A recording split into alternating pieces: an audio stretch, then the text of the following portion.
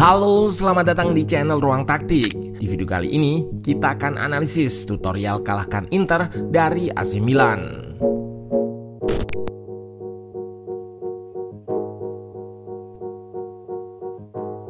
Jelang laga semifinal lawan Barcelona, Inter justru tampil buruk. Sebelumnya mereka dikalahkan Bologna 1-0 dan di ajang semifinal Coppa Italia ini mereka harus takluk dari rival abadinya AC Milan. Kelemahan Inter terekspos. Mereka dibiarkan unggul possession hingga 58% pada babak pertama dan mencatatkan XG 0,4. Namun, Milan yang hanya melakukan percobaan 2 shot saja mampu mengkonversikannya dengan lebih klinis. Luka Jovic mampu menyelesaikan build up manis dari belakang lewat tandukan, memanfaatkan asis Jimenez. Conceição memainkan formasi hybrid ketika tanpa bola dengan menarik Jimenez lebih ke belakang, membentuk 5 back. Di blok tinggi ataupun medium, mereka lebih terlihat bermain dengan 4-4-2. Pendekatan ini sukses membuat Inter kesulitan dan harus bobol kembali 2 gol di paruh kedua. Nah, penasaran dengan jalannya laga dari segi taktikal? Let's go, kita bahas sama-sama.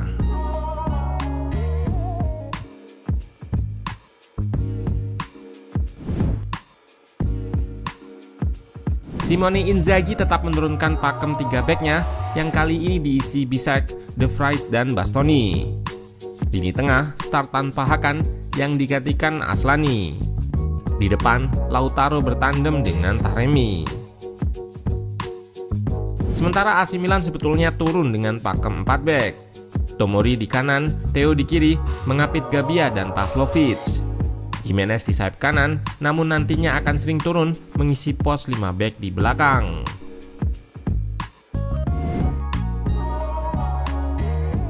Sebelumnya sudah kita analisis bahwa kelebihan Inter adalah rotasi posisi ketika mereka melakukan build up. Gelandang mereka seringnya akan turun karena punya resistansi terhadap pressing yang lebih baik saat kena tekanan. Dan di sini terlihat Pavard maju hingga ke depan. Mereka akan lebih senang jika lawan melakukan pressing tinggi, memancing gelandangnya naik untuk menemukan celah di ruang antar lini.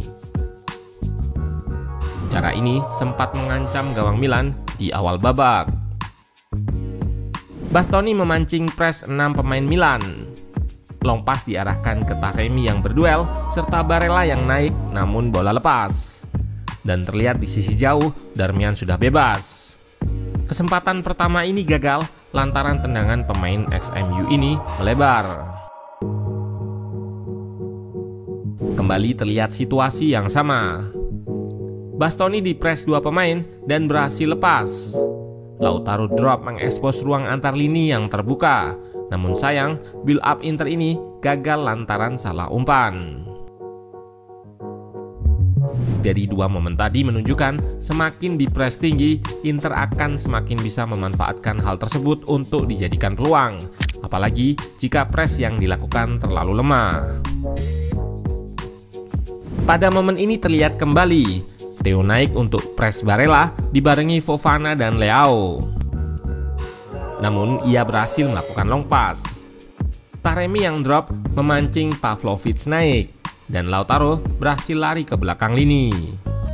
Saat duel 1 versus 1, Gabbia masih mampu menggagalkan, namun bola muntah ke kaki Di Marco.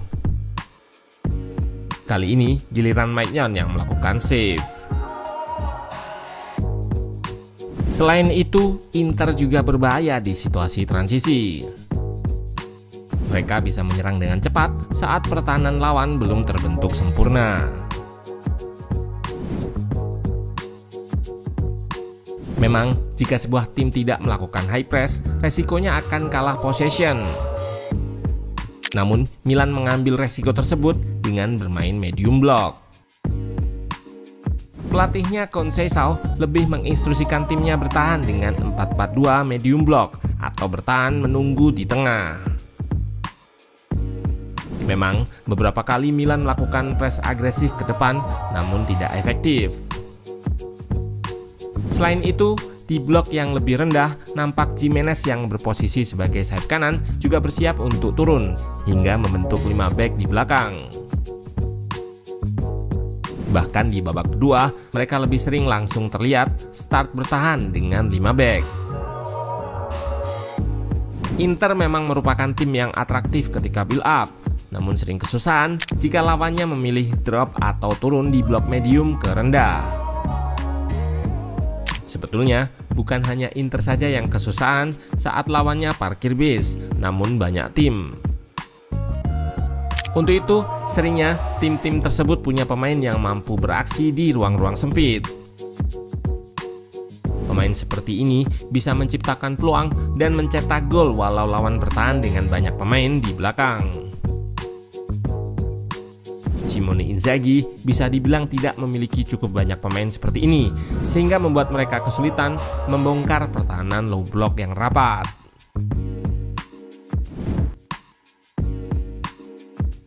Di fase menyerang, Milan cukup berani memainkan build up pendek, memancing press Inter naik. Mereka start dengan struktur 4 bek di belakang dan 2 gelandang yang seringnya dibarengi pergerakan tanpa bola untuk mengacaukan marking lawan. Target mereka adalah memancing blok press Inter ke satu sisi, lalu mengubah atau switch ke sisi lainnya, terutama di area kiri, di mana terdapat Theo yang sering invert sebagai outlet serangan. Terlihat kembali, mereka memancing gelandang Inter ke sisi kanan dan berusaha untuk eliminasi agar bola bisa dipindahkan ke kiri. Cara ini juga yang digunakan Milan untuk mencetak gol pertamanya. Berawal dari build up di sisi kanan yang memancing trio gelandang Inter, Hernandez memiliki ruang kosong untuk menerima bola dan melakukan progresi. Setelah bola ada di kiri, Milan kembali melakukan switch ke kanan, di mana Gimenez melayangkan crossing akurat ke area kotak penalti dan berhasil diselesaikan dengan sempurna oleh tandukan Luka Jovic. Penderitaan Inter tidak hanya berhenti di situ. Pada awal babak, sepak pojok Milan berhasil menambahkan keunggulan.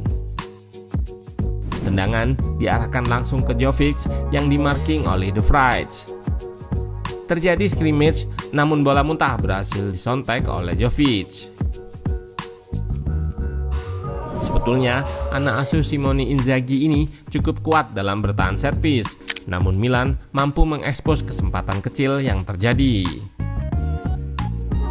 Sudah unggul 2 gol, anak asuh Sergio Conceição lebih mengincar counter dalam menciptakan peluang.